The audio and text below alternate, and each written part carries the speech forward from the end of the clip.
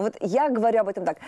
Жара, так классно. А кто-то говорит, жара, как не классно.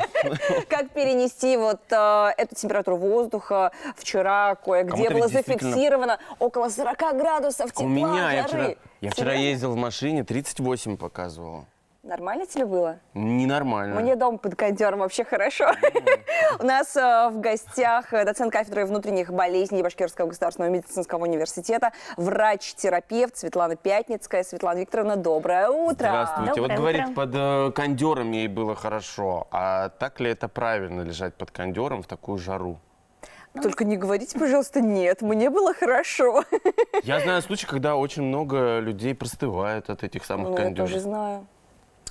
Да, это вопрос очень интересный, и здесь самое главное, нужно соблюдать меру. Поэтому кондиционер наш друг и товарищ в жару, но мы должны помнить о безопасной температуре. А она какая?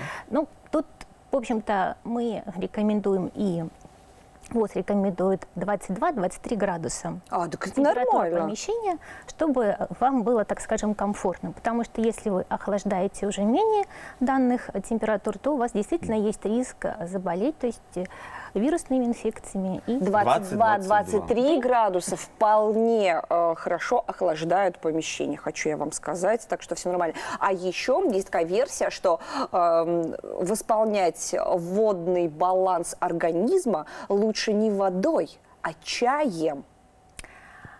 Это на ненеечке все время говорят. О, чаек, чайку попил, все нормально. Но я думаю, что наши бабушки правы. Но здесь мне бы хотелось так уточнить, что когда происходит обильное потоотделение, мы теряем не только воду, но и микроэлементы. Поэтому если мы будем просто восполнять обычной водой, то, скажем так, мы не восполним потерю микроэлементов, ну, в частности калия.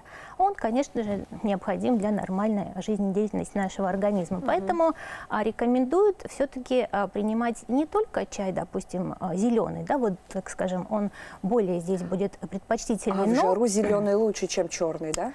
Ну да, то есть у него еще имеются антиоксидантные свойства, ну и плюс, скажем так, более, наверное, жаждоутоляющий эффект. Но все-таки мы рекомендуем различные сбалансированные морсы. То есть это может быть из свежезамороженных ягод, клюква, брусника, все, что у вас есть из, скажем так, магазина или приусадебного участка.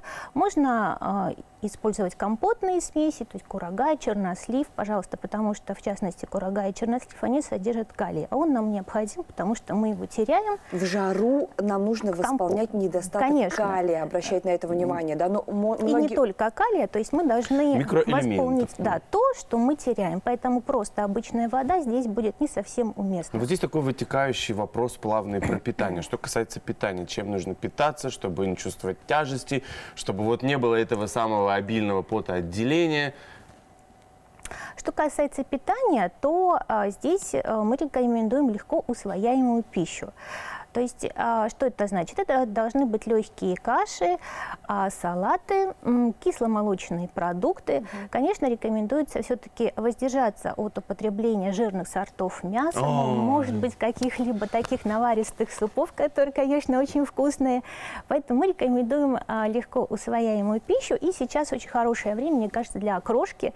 Поэтому окрошка – это наш друг в период жары, поэтому вполне, так скажем, сбалансированный и даже питательный продукт. Максимально легкая пища. Да, Просто на да. фруктах, овощах можно посидеть вот эти вот денечки? Тут я думаю, что все зависит от состояния организма и наличия, допустим, или отсутствия сопутствующей патологии. То есть если все-таки вы относительно здоров и у вас нет каких-либо противопоказаний, то почему бы нет? Но если все-таки есть какие-то проблемы, то лучше, конечно, не рисковать. Что ты на одних овощах сможешь просидеть? Да, конечно. Вот, кстати, есть-то совершенно не хочется в Да, жаркую совершенно погоду. Я не верно. знаю, как вам, мне вот не хочется. Это же неплохо, наверное, для меня, для моего организма. Ну, не хочу я есть. Надо слушать свой организм. Я, правда, ем один раз в день. Это защитная реакция организма, потому что на переваривание пищи мы тратим энергию, а жара, естественно, это затратный, энергозатратный процесс. Поэтому наш организм, скажем так, переводит нас на такой вот безопасный режим, да, Вот, поэтому мы все должны делать минимально. Поэтому, если все-таки вы хотите один раз кушать, ну, может быть, послушайте ваш И исчезнуть организм. вообще Да с нет, лица земли. У тебя уже скоро все, ничего от тебя не останется. все хорошо, не переживай. Ну и, собственно, вы говорите, что нужно минимизировать какие-то процессы своей жизни. Это значит, что и физические нагрузки в жаркую погоду, их нужно уменьшить. Что спортзал подождет, огород подождет? Ну, в общем, давайте вот, что касается физических нагрузок, мы разделим таким образом. Что касается обычной физической нагрузки, она у нас, естественно, будет, потому что мы должны дойти до работы, до магазина, но мы рекомендуем все-таки ограничить тяжелую физическую нагрузку. Действительно, это может быть фитнес, это может быть бег, какие-либо другие еще, да, тяжелые физические упражнения. И, конечно же, работа на приусадебных участках. Поэтому, Нужно ограничить, уменьшить. Значит, мы понимаем, вечернее что время? это невозможно, потому что жизнь, да, диктует несколько другие условия. Поэтому рекомендуется до 10 утра. То есть если все-таки нужно быть на приусадебном участке, то рекомендуется до 10 часов утра и, конечно же, надевать солнцезащитную одежду. Либо уже после 17 часов. То есть понятно, самый если солнцепёк, пик, конечно, не рекомендуется, потому что есть такое понятие, скажем так, огородная болезнь. Для старшего Да, то поколения, есть это наверное, для лиц пожилого возраста, это развитие сердечно-сосудистой катастрофы, инфарктов, инсультов, вот как раз в пик работы, допустим, в наклон, да, на жаре, это такие достаточно типичные клинические случаи, которые... Бабулька, сиди дома, никуда не выходи. Подожди, ты сейчас скажешь, что Своей. к своей обращаешься, а то смотрят нас ненечки, куртотаечки сейчас. А мы обращаемся ко всем зрителям старшего поколения. Даже если внуки и дети ваши смотрят нас, передайте, пожалуйста, вашим мамам, папам, бабушкам, дедушкам, что в жаркую погоду не нужно работать на приусадебном участке. Нужно это делать либо очень рано утром, либо очень поздно вечером, потому что все эти вот упражнения физические в наклонку, они Да могут вообще. привести к сердечно-сосудистым заболеваниям. Здесь хочется сказать, Алла Согласна, пожалуйста, берегите себя, пусть у вас все будет Да хорошо. и вообще, да, если есть родители пожилого возраста, идите сами на огород и помогайте родителям. Своим. Вот. Вот, точно, золотые слова. Ну и, собственно, одежда из натуральных тканей. Это Никакой по синтетики. умолчанию синтетика. Ну, а что там синтетика? Она тепло не... Дышит она плохо. Регуляция, Теплообмен. да, теплообмен не происходит. Да, что касается одежды, то здесь мы должны давать предпочтение легким натуральным тканям.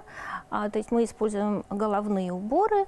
Вот, можно использовать перчатки, такие же туники и вот все возможные натуральные ткани. Ну, что Панамочки, касается... кепочки. Панамочки, кепочки, конечно, все, что вы хотите, что вам нравится. Ну и, допустим, за пределами Российской Федерации уже, скажем так, рождается направление, и оно имеется, это вот как раз одежда с UV-фильтром. То есть вы можете покупать, опять же, та же самая солнцезащитная шляпа, перчатки длинные, может быть, туники с UV-фильтром, да. Это действительно есть, это очень перспективно и удобно, вот особенно в жарких странах, и кто не любит загар. Ну, возможно, Это- скоро и у нас появится, да. судя по тому, что происходит с погодой. Жара будет у нас повсеместно. Одежда с UV-фильтром. Для кого-то это может быть, кстати, стартапом. Пока у нас нет одежды, ну, то есть я, по крайней мере, такой не видела. Я первый раз слышу. Кремом пользуйтесь, пожалуйста, с защитой SPF, причем вот максимально с вами Максимально, берите. да. Если есть больше 50, берите, защищайтесь.